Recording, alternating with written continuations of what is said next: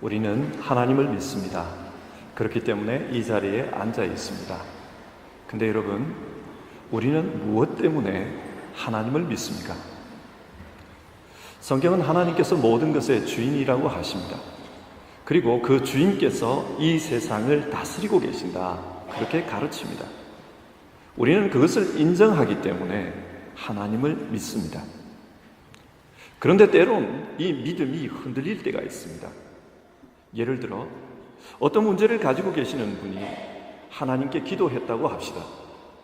마음을 다해 기도했더니 정말 그 문제가 해결이 되었습니다. 그러면 하나님께서 이 세상을 다스린다는 것을 쉽게 믿을 수가 있습니다. 그러나 반대로 기도해도 문제가 해결되지 않습니다. 아무런 변화가 없습니다. 그러면 하나님이 이 세상을 다스린다는 그 믿음이 흔들릴 수 있습니다. 한국 사람들은 지난 수십 년 동안 쉬지 않고 기도하는 기도 제목이 있습니다. 그것은 남북 문제입니다. 정말 많은 분들이 이 기도 제목으로 기도합니다. 하지만 현재적인 상황만 두고 보면 점점 더 안 좋아지고 있는 것 같습니다. 북한의 계속된 핵실험, 미사일 발사, 더 경직되어가는 남북의 관계, 그리고 주변 열강들의 외교적 태도. 그래서 현실만 보면 정말 하나님께서 우리의 기도를 듣고 계시는 것이 맞는가? 진짜 하나님께서 우리의 현실을 다스리는 것이 맞는가? 하나님의 주권에 대해 회의적인 생각이 드는 것도 사실입니다. 그러나 오늘 우리가 읽은 성경 본문은 하나님의 주권에 대해 분명하게 말씀합니다.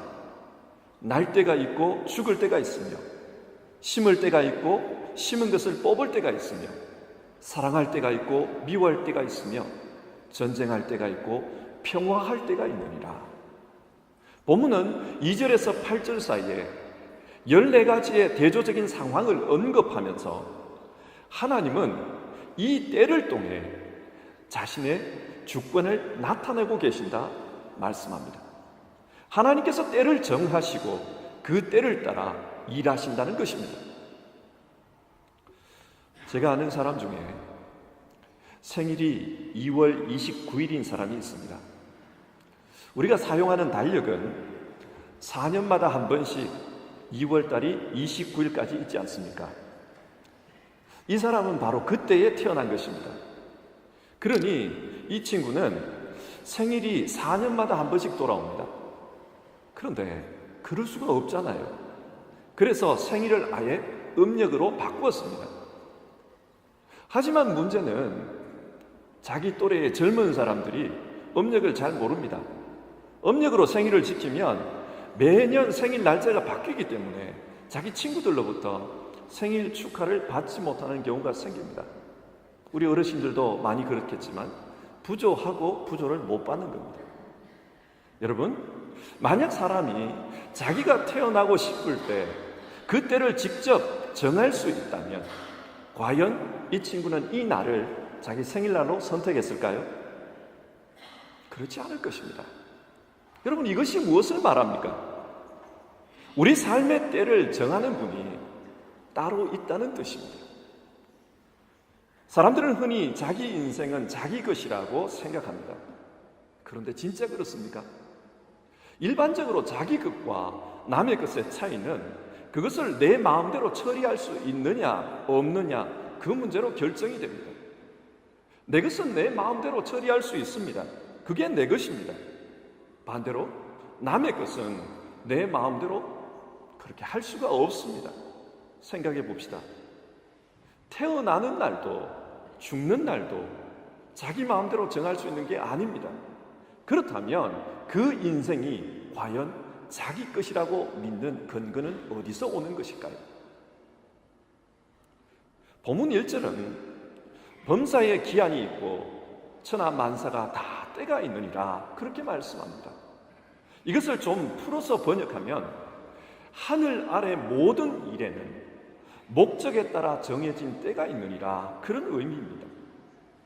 그러면 그 때, 그 목적을 누가 정합니까? 성경은 하나님이라고 말씀합니다. 이처럼 전도서는 하나님께서 때를 통해 자기의 주권을 행사하고 계신다 말씀합니다. 하나님은 때를 통해 이 세상을 다스리십니다. 그런데 본문을 읽다 보면 그 의미가 쉽지 않은 부분이 있습니다. 다른 것은 비교적 쉽게 이해가 되는데 5절을 보시면 돌을 던져버릴 때가 있고 돌을 거둘 때가 있으며 이런 말씀이 나옵니다. 이게 무슨 뜻일까요?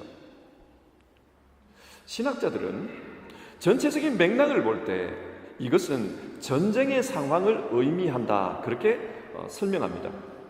3절을 보시면 죽을 때가 있고 치료할 때가 있으며 전쟁 때는 사람이 죽기도 합니다.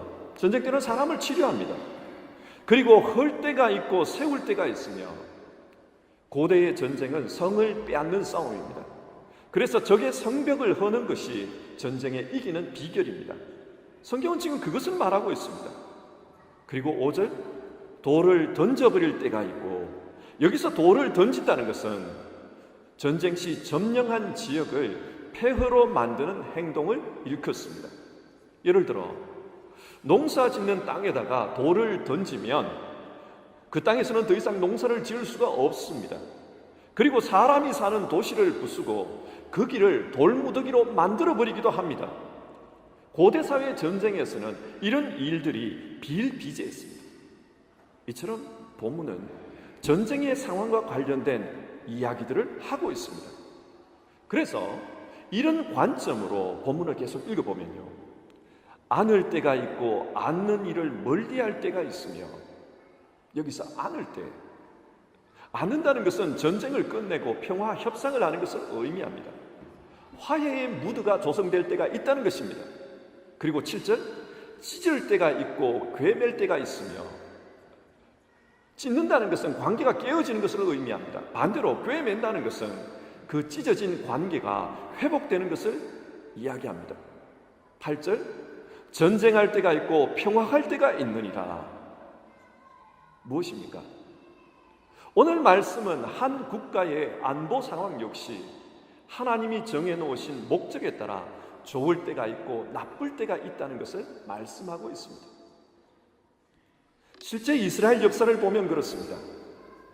역사서인 사무엘상, 사무엘하, 열왕기상, 열왕기하서의 결론은 하나님께서 때를 따라 이스라엘의 흥망성쇠를 주관하셨다라는 것입니다. 어디 이스라엘만 그렇겠습니까? 이 땅의 모든 나라들의 역사가 그러합니다. 이상하게도 이스라엘 주변에는 거대 제국이 많았습니다. 예를 들면 이집트가 있었고 바벨론이 있었습니다. 페르시아가 있고 그리스가 있고 또 로마 제국 시대가 있었습니다. 전부 다 당대의 강대국들입니다. 여러분, 왜 하나님께서는 이스라엘 주변에 이런 큰 나라들을 세워주셨을까요? 여러 가지 이유가 있겠지만 하나님은 이 나라들을 통해서 때론 이스라엘을 돕기도 하셨고 때론 공격하기도 하셨습니다. 이들은 때론 하나님의 도움의 도구였고 때론 심판의 도구였습니다. 그래서 이 세상의 작은 나라 이스라엘은 하나님만 의지해야 한다. 이스라엘의 운명은 하나님의 주권 속에 있다. 그것을 하나님은 가르치기를 원하셨습니다. 하나님의 백성은 세상의 힘이 아니라 하나님을 의지하는 그 힘으로 산다. 하나님의 보호하심으로 살아가는 것이다. 그것을 교훈합니다. 자, 이 말씀을 오늘 우리의 상황에 한번 가져와 봅시다. 오늘은 6.25 전쟁이 일어난 지 67년째 되는 날입니다. 1950년 6월 25일, 그날도 일요일이었습니다. 해방 후 남한과 북한이 이념적으로 나누어진 상황에서 북한이 갑작스럽게 공격을 해왔습니다. 적화 통일을 이루기 위해서였습니다. 이 전쟁의 결과는 참혹했습니다. 남한과 북한 양쪽 다 합쳐서 250만 명이 넘는 사람들이 죽었다고 합니다. 군인뿐 아니라 민간인들도 많이 죽었습니다. 그래서 전쟁 고아들도 많이 생겼고 또 이산 가족도 많이 생겼습니다. 전쟁은 그 당대에 피해를 남겼을 뿐만 아니라 고아와 이산 가족을 통해 그 이후의 세대들에게도 아픔을 전하고 있습니다. 하지만 이 전쟁의 비극은 과거에만 머물러 있는 것이 아닙니다. 이 전쟁의 비극은 현재 진행형입니다. 남한과 북한은 군사적으로 여전히 대립하고 있습니다.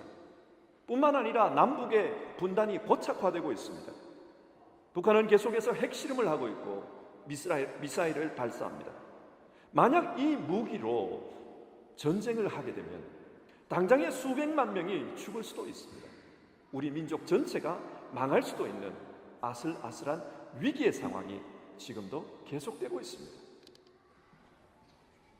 그런데 오늘 성경의 맥락에서 보면 이런 위기의 상황, 이런 위험한 상황, 이건 역시 하나님의 주권 하에 있다 말씀합니다.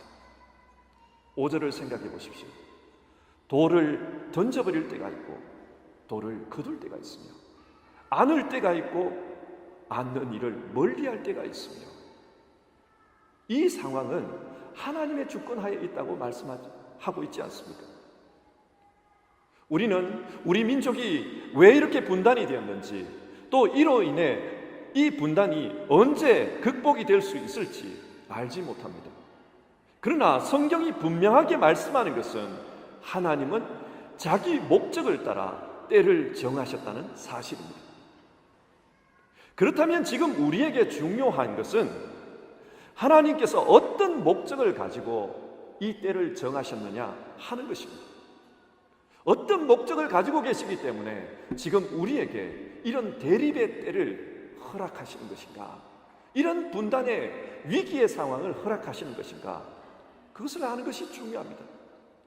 여러분, 하나님은 어떤 목적이 있으실까요? 구약 성경을 읽다 보면 이스라엘의 역사와 우리의 상황이 참 비슷하다는 생각이 듭니다. 특히 남북이 분단되어 있는 상황이 비슷합니다.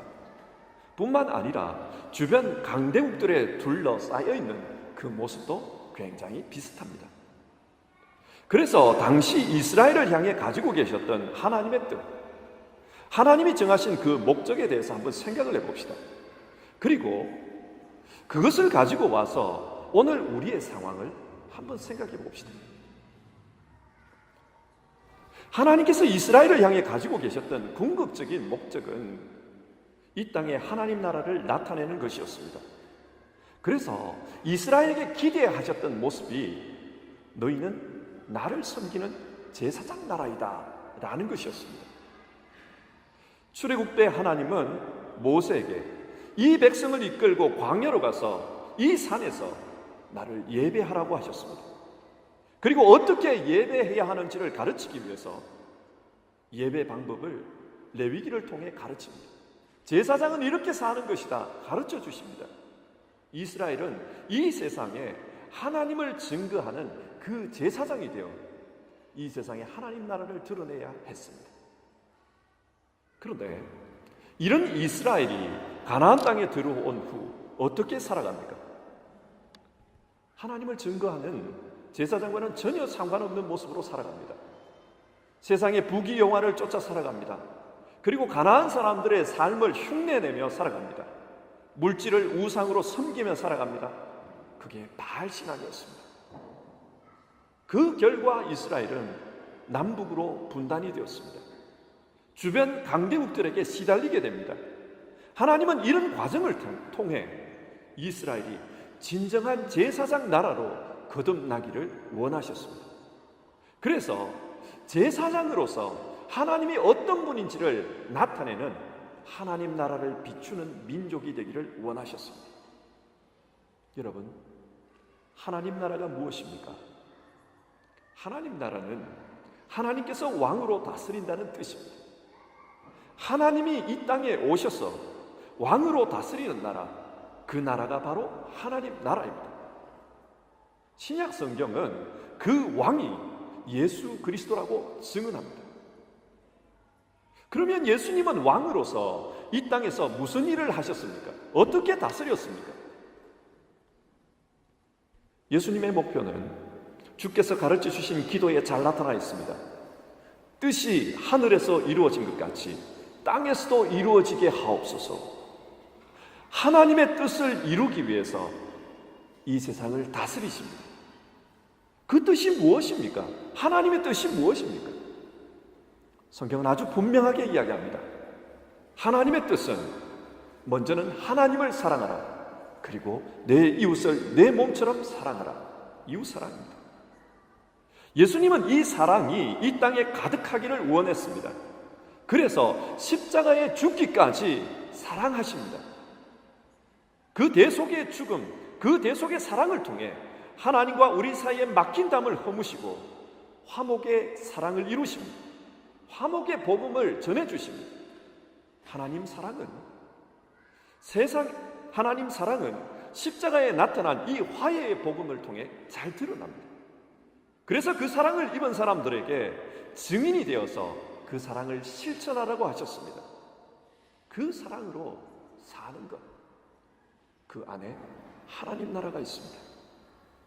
여러분, 하나님 나라가 무엇입니까? 예수님이 보여주셨습니다.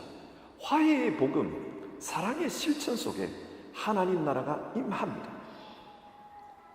하나님은 이 일을 위해 이스라엘을 부르셨습니다. 그리고 신약 시대에는 이 일을 위해 교회를 세워주셨습니다. 그렇다면 하나님의 백성의 사명이 무엇입니까? 예수님은 제자들에게 오직 성령이 너희에게 임하시거든 너희가 권능을 받고 예루살렘과 온 유대와 사마리아와 땅끝까지 이르러 내 증인이 되라 말씀하셨습니다. 교회의 사명은 예수님의 증인 역할을 하는 것입니다. 그래서 예수께서 하신 일, 예수께서 증거하신 그 일들을 우리도 증거하는 것입니다. 교회의 존재 이유는 여기에 있습니다.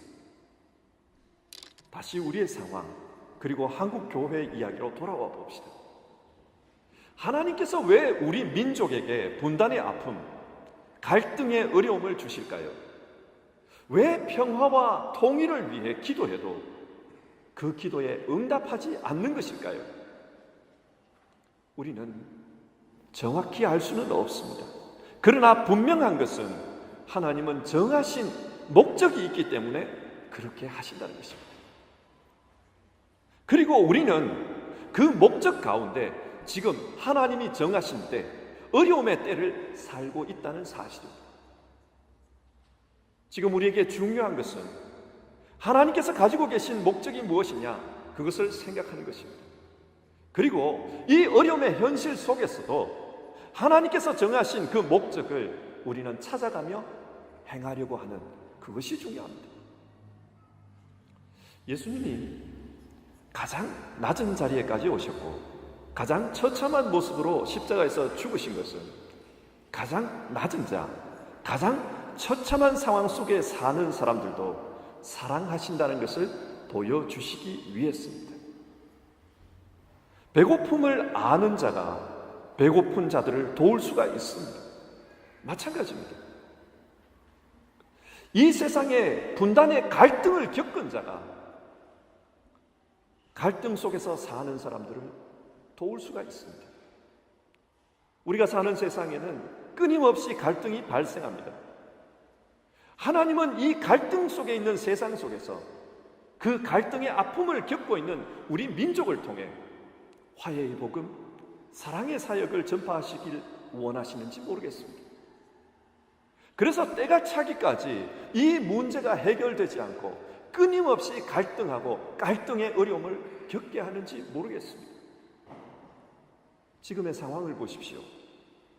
참 희한하게도 우리 민족은 170개가 넘는 나라에 디아스포라가 형성되어 있습니다. 그리고 우리 민족이 가는 곳마다 교회를 세우고 신앙 공동체를 이룬다고 하지 않습니까? 하나님은 어쩌면 우리 민족을 땅끝까지 이르게 하는 그 사람으로 부르신지 모르겠습니다.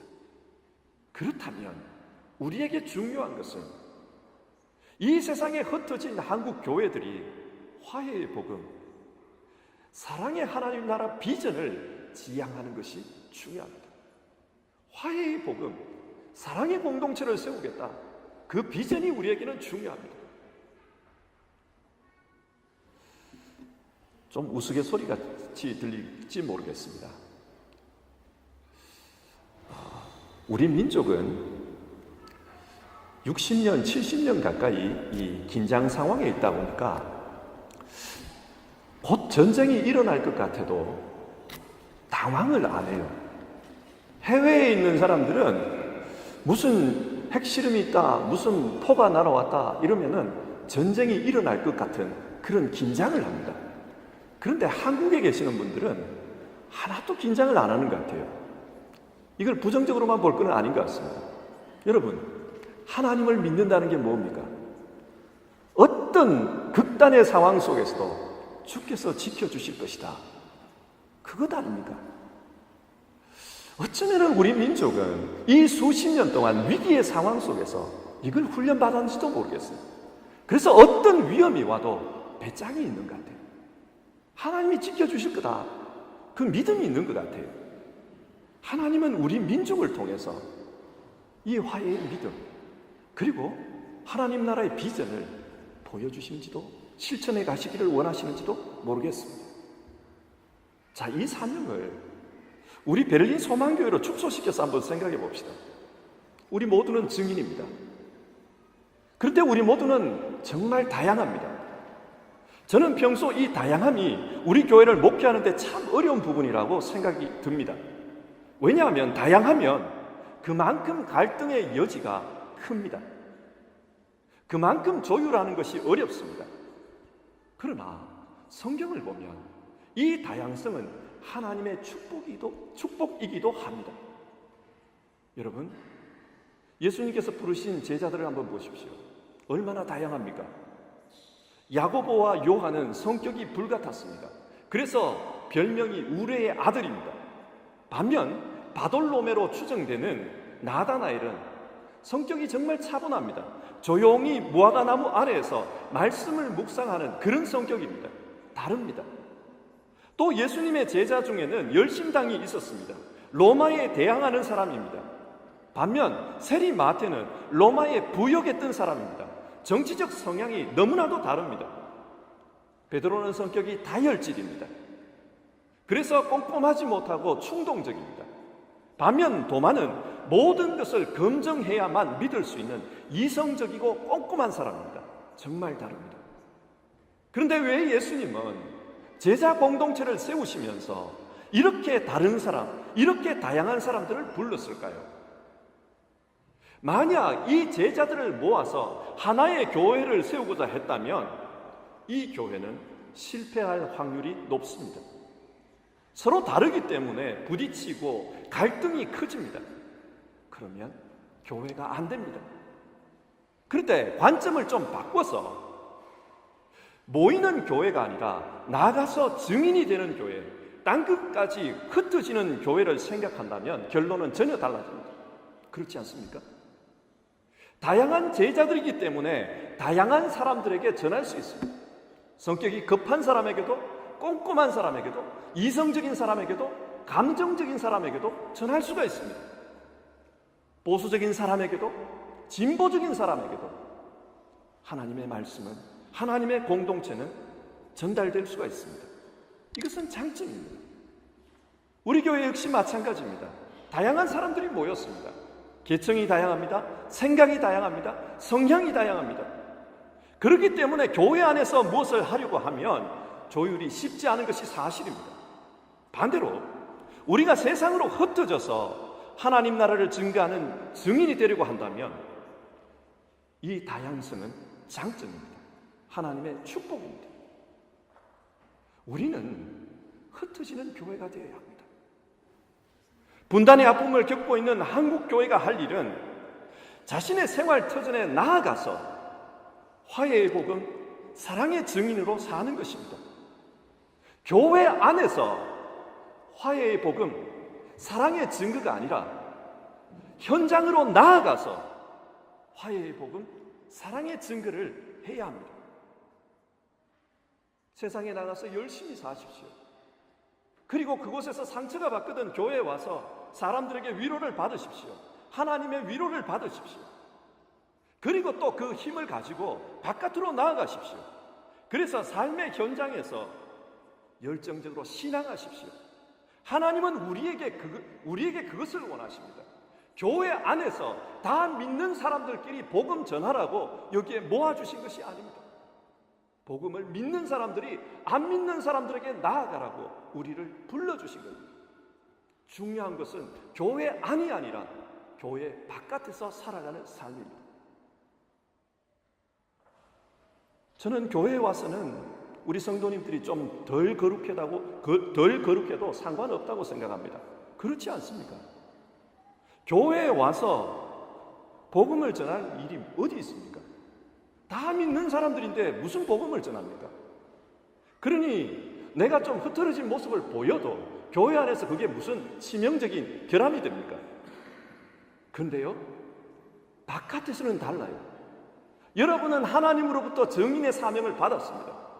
따라서 바깥에 나가서 거기서 흐트러진 모습을 보이면 이것은 심각합니다. 사람들은 우리의 모습을 보고 우리의 신앙을 판단합니다.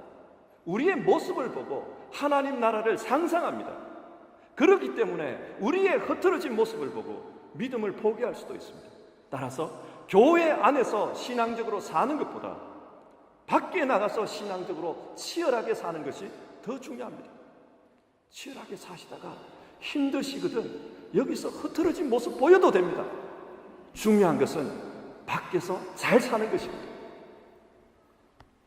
그런데 많은 경우 사람들은 반대로 신앙합니다. 교회 바깥에서 엉망으로 살다가 죄책감을 가지고 교회에 와서는 신실하게 살려고 합니다. 교회 바깥에서는 거룩하게 사는 것을 실패하다가 교회 안에 와서는 거룩하게 살려고 합니다. 그런데 교회 안에서는 다들 열심히 기도합니다. 예배 시간에 보십시오. 다들 기도합니다.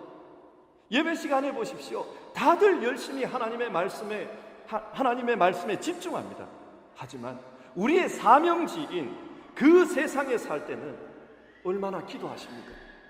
얼마나 하나님 말씀에 집중하십니까?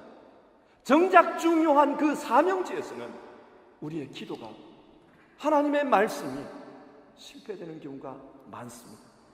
이렇게 되면 우리의 사명은 실패합니다. 말씀을 맺겠습니다. 하나님은 이 세상을 다스리는 주관자입니다. 그래서 때를 통해 자신의 정하신 뜻을 이루어 가십니다. 성경 역사에서 이스라엘에게 평화의 때도 주셨고 불안의 때도 주셨듯이 그처럼 우리 민족에도 어려움의 때가 왔습니다.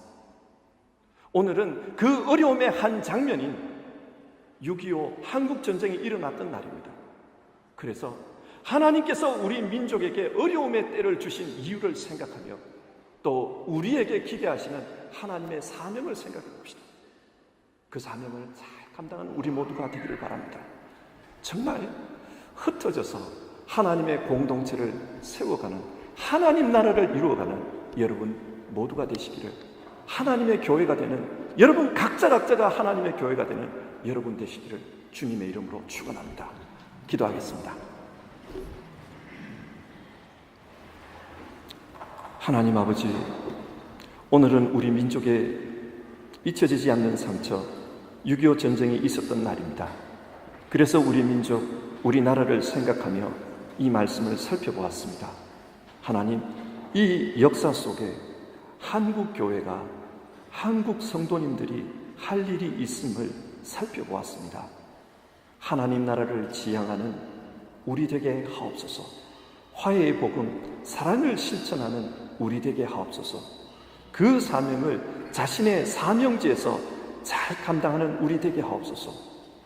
하나님께서 보내신 그 자리에서 하나님 나라를 잘 증거하는 주의 거룩한 사람들 다 되게 하옵소서. 예수님 이름으로 기도드립니다. 아멘.